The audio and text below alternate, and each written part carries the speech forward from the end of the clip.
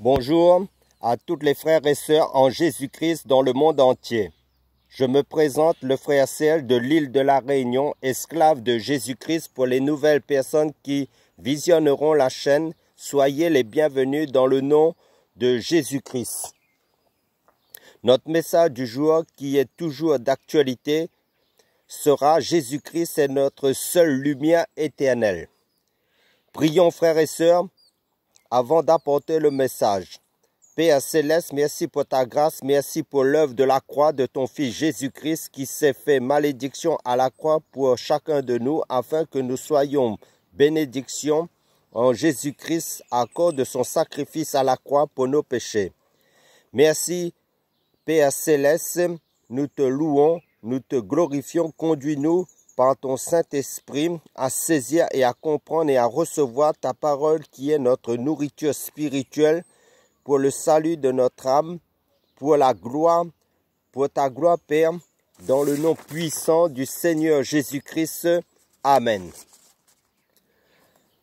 Pour entrer dans le vif sujet du message, actuellement, en fin de mois d'octobre et début du mois de novembre de cette année 2022, on a tendance à fêter la fête de la lumière dans l'île de la Réunion, le Deepavali, soi-disant la fête de la lumière, alors que tout cela est du mensonge, de la fausseté. Ce message où sache-toi qui écoutera ce message ou qui écoute ce message que c'est le Seigneur Jésus-Christ seulement qui est la véritable lumière de Dieu. Pour votre information, en dehors du Seigneur Jésus-Christ, il n'y a pas de lumière. La parole de Dieu nous dit que Satan même se déguise en nom de lumière, car les autres faux dieux sont des fausses lumières. Il n'y a pas de lumière dans ces faux dieux païens. Amen. Et concernant Jésus-Christ, il est dit dans l'évangile de Matthieu, chapitre 4, versets 15 à 17, « Le peuple de Zabulon et de Nephtali, de la contrée voisine de la mer, du pays au-delà du Jourdain et de la Galilée des gentils, ce peuple assis dans les ténèbres a vu une grande lumière. Et sur ceux qui étaient assis dans la région et dans l'ombre de la mort, la lumière s'est levée. » Dès ce moment, Jésus commença à prêcher et à dire « Repentez-vous, car le royaume des cieux est proche. » Amen. Là, cette grande lumière fait référence à Jésus-Christ. Pour confirmer cela, nous prenons l'évangile de Jean, descendons dans les profondeurs des Écritures saintes de l'évangile de Jean, chapitre 8, verset 12. Jésus leur parla de nouveau et dit « Je suis la lumière du monde. Celui qui me suit ne marchera pas dans les ténèbres, mais il aura la lumière de la vie. » Amen. Alléluia. Quelle promesse nous avons là de la part du Seigneur Jésus-Christ. Et le livre de Nombres, chapitre 23, au verset 19, nous déclare « Car Dieu n'est point un homme pour mentir, ni fils d'un homme, ni fils d'homme pour se repentir. Ce qu'il a dit ne le fera-t-il pas? Ce qu'il a déclaré ne l'exécutera-t-il pas? Car pour ce qui concerne toutes les promesses de Dieu, c'est en lui, c'est-à-dire en Jésus-Christ, notre lumière éternelle, qu'est le oui. » L'évangile de Marc, chapitre 9, versets 2 à 3, nous dit « 6 jours après, Jésus prit avec lui Pierre, Jacques et Jean, et il les conduisit seul à l'écart sur une haute montagne. Il fut transfiguré devant eux, ses vêtements devinrent resplendissants et d'une telle blancheur qu'il n'est pas de foulon sur la terre qui puisse blanchir ainsi. » Toujours dans l'évangile de Marc, chapitre 9, au verset 7, nous déclare « Une nuée vint les couvrir et de la nuée sortit une voix. Celui-ci est mon fils bien-aimé.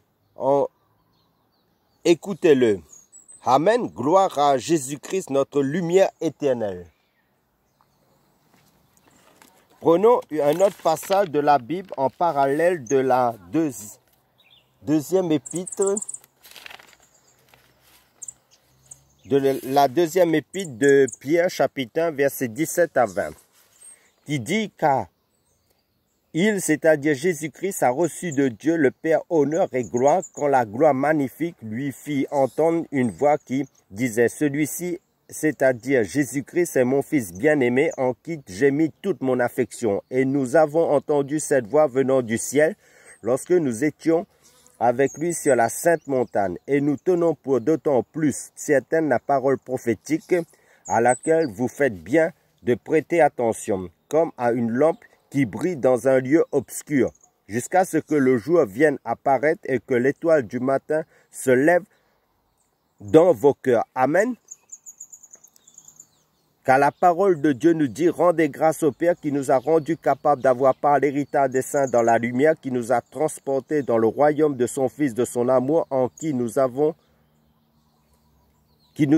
délivrés de la puissance des ténèbres et nous a transportés dans le royaume de son Fils, de son amour, en qui nous avons la rédemption par son sang, la rémission des péchés. Car nous savons que nous sommes de Dieu et que le monde entier est sous la puissance du malin. Nous savons aussi que le Fils de Dieu est venu et qu'il nous a donné l'intelligence pour connaître le véritable. Et nous sommes dans le véritable en son Fils Jésus-Christ, c'est lui qui est le Dieu véritable et la vie éternelle. Car le Seigneur dit, mes brebis connaissent ma voix, c'est-à-dire ma parole, ma volonté, et mes brebis ne suivront pas des fausses lumières, ne fêtera pas non plus des faux dieux.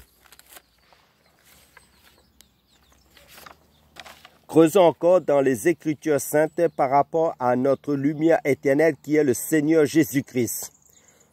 Dans le livre de 2 Corinthiens chapitre 4 versets 3 à 6, il nous est dit, si notre évangile est encore voilé, il est voilé pour ceux qui périssent, pour les incrédules dont le Dieu de ce siècle a aveuglé l'intelligence afin qu'ils ne vissent pas briller la splendeur de l'évangile de la gloire de Christ, qui est l'image de Dieu. Nous ne nous prêchons pas nous-mêmes, c'est Jésus-Christ le Seigneur que nous prêchons. Et nous nous disons, vos serviteurs à cause de Jésus-Christ. Car Dieu qui a dit la lumière brillera du sein des ténèbres a fait briller la lumière dans nos cœurs pour faire resplendir la connaissance de la gloire de Dieu sur la face de Christ. Alléluia! Gloire à Jésus-Christ. Et le livre d'Apocalypse nous décrit Jésus-Christ dans l'Apocalypse chapitre 19 verset 13. Son nom est la parole de Dieu. Et si nous faisons un parallèle avec le psaume 119 verset 105, nous dit, ta parole est une lampe à mes pieds et une lumière sur mon sentier. Tout cela fait référence à Jésus-Christ qui est la parole de Dieu. Pour conclure notre message, nous voyons que Jésus-Christ est l'unique lumière de Dieu.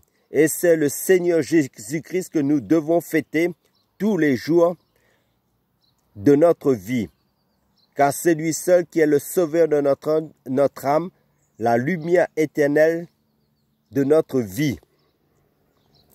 Pour l'adorer, le louer, pour le glorifier en esprit et en vérité. Amen.